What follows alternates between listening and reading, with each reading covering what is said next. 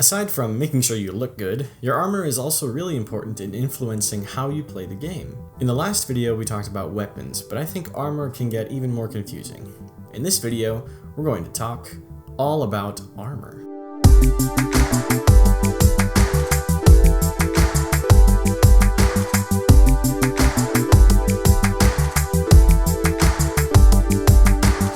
Obviously, we have the standard pieces of armor, which are your helmet, arms, chest piece, legs, and your class item. Warlocks have bonds, hunters have capes, and titans wear skirts. I mean marks. They wear marks. They're called marks. I swear, they're called marks.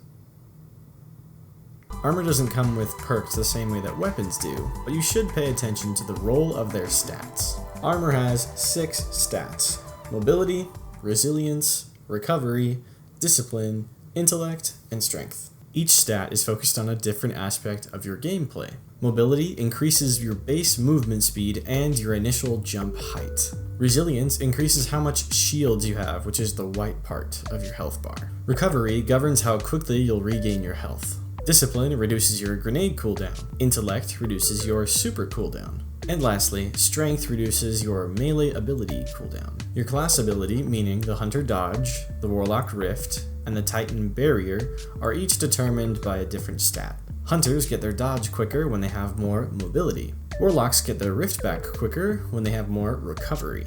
And titans get their barrier back quicker when they have more resilience. Armor pieces will always drop with a random amount in each of these stat categories. Each of these stats is improved in thresholds of 10, and it maxes out at 100. So, having 41 discipline will give me my grenade quicker than having 38 discipline, but 31 and 38 will have the same effect. I would say that a piece of armor that has a good roll of stats on it has at least 60 points, bare minimum. From there, we can start to customize our stats using mods. Like weapons, armor pieces also have a bunch of mods that you can input to change the way that you play. Armor always comes with an elemental attunement and an energy level, which you can upgrade to input more mods. The elemental attunement determines which mods you can use on that piece of armor. Some mods can only be used on void armor, for example, but you can change that attunement here. The first mod slot is always a stat mod.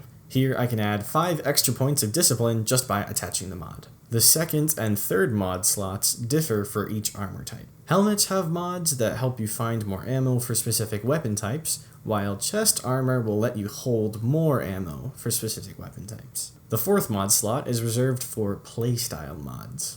There are a number of different mods that change up the style in which you play. For example, with an elemental well mod, I can spawn a little elemental well whenever I get a kill with a grenade or something like that.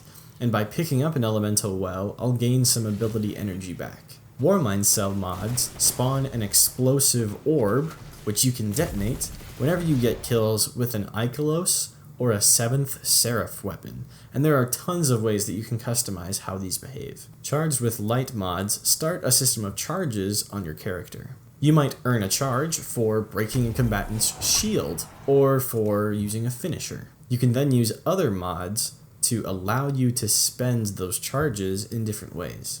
I might have extra damage while I'm charged with light, or I can throw my grenade and have it consume my charges to give me back more super energy. There's a ton of customization here as well. Some armor comes with a 5th mod slot, which is reserved for specific activities. For example, the Vault of Glass armor comes with a 5th slot for Vault of Glass mods, which only work while I'm playing the Vault of Glass.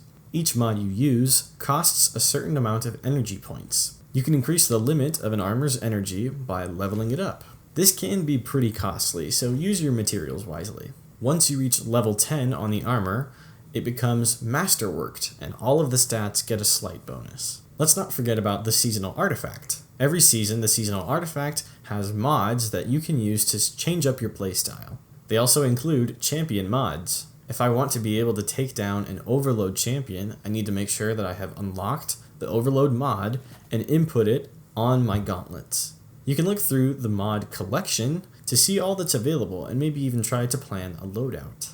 One place to obtain armor mods is from Ada1 in the tower. Her inventory resets on a daily basis, so check back frequently to see if she's selling something that you want. Using your mods in a smart way can be incredibly fun, but it can also make the game increasingly complex. You might want to look up a guide that interests you to increase your efficiency and your fun by trying out a different playstyle. Also, just like how there are exotic weapons in the game, there's also exotic armor pieces. You can only equip one piece of exotic armor at a time, so choose one that will mesh with your playstyle well. You can earn exotic armor out in the wild, sometimes it'll just drop randomly for you, or you can also wait for a very secretive vendor who goes by the name of Zur. He only comes around from Friday to Monday, and he shows up in a different spot every time. He brings a small, random collection of exotic gear which you can purchase for relatively cheap, so be on the lookout for him. That's all for this video. Thanks for watching. See you next time.